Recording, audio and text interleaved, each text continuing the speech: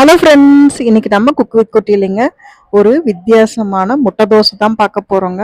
முட்டை தோசைனாவே ஸ்பெஷலு, அதில் வந்து இன்னும் ஸ்பெஷல் ஆக்குற மாதிரி கார முட்டை தோசை தான் பார்க்க போகிறோங்க. இது எப்படி செய்யுதுன்னு பார்க்கலாங்க. நான் வந்து ரெண்டு வகையான மிளகாய் எடுத்திருக்கேங்க. ஒன்று வந்து கலருக்காகவும், இன்னொன்று வந்து காரத்துக்காகவும். உங்கள் காரத்துக்கு தகுந்த மாதிரி நீங்கள் மிளகாய் எடுத்துக்கோங்க. அதில் இருக்க விதையெல்லாம் நீக்கிட்டுங்க.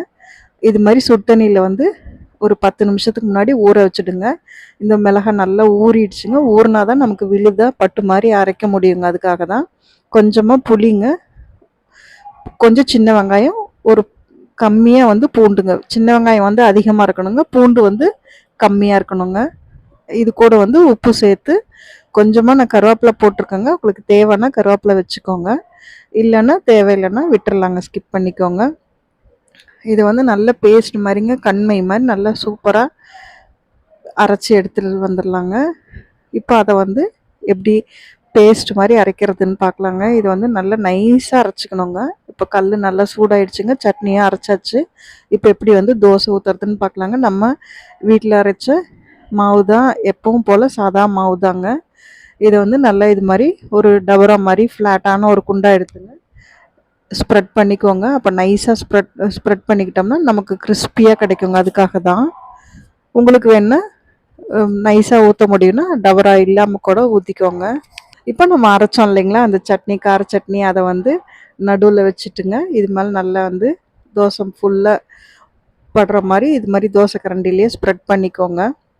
நான் ரெண்டு வகையிலையும் சுட்டதை வந்து காமிச்சிருக்கேங்க. உங்களுக்கு எப்படி வந்து உங்களுக்கு சௌரியமா அது மாதிரி சுட்டுக்கோங்க. ஆனால் இந்த தோசை மேலே தடவி முட்டை ஊற்றுறது தான் டேஸ்ட்டாக இருந்ததுங்க. முட்டை மேலே தடவுறது வந்து அவ்வளோ டேஸ்ட்டாக இல்லைங்க. அந்த உப்பு காரம் வந்து அந்த முட்டையில் இழுக்கல. நீங்கள் இது மாதிரியே ட்ரை பண்ணிக்கோங்க.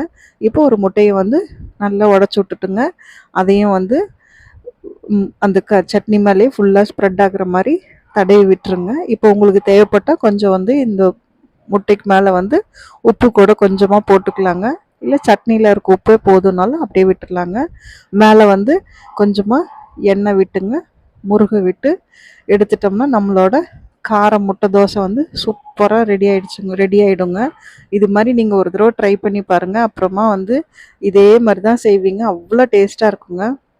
இந்த காரத்துக்கும் அந்த முட்டை வாசத்துக்கும் கிறிஸ்பாக இருக்கிற நம்ம மாவுக்குங்க அவ்வளோ சூப்பராக இருக்குங்க. இந்த கார முட்டை தோசை கடைங்கள்லாம் எங்கேயுமே கிடைக்காது. நம்ம வீட்டிலே இவ்வளோ சூப்பராக ஹெல்த்தியாக விதவிதமாக இது மாதிரி செஞ்சு கொடுத்தீங்க. அதே இப்போ கிட்ஸ் வந்து குட்டீஸுங்கள்லாம் சம்மர் வெக்கேஷனில் வீட்டில் இருக்காங்க இல்லைங்களா, அதனால் இது மாதிரி செஞ்சு கொடுத்தீங்கன்னா வீட்டில் நல்லா சூப்பராக என்ஜாய் பண்ணிவிட்டு வெயிலில் விடாமல் பார்த்துக்கோங்க. வெயில் அதிகமாக இருக்குங்க.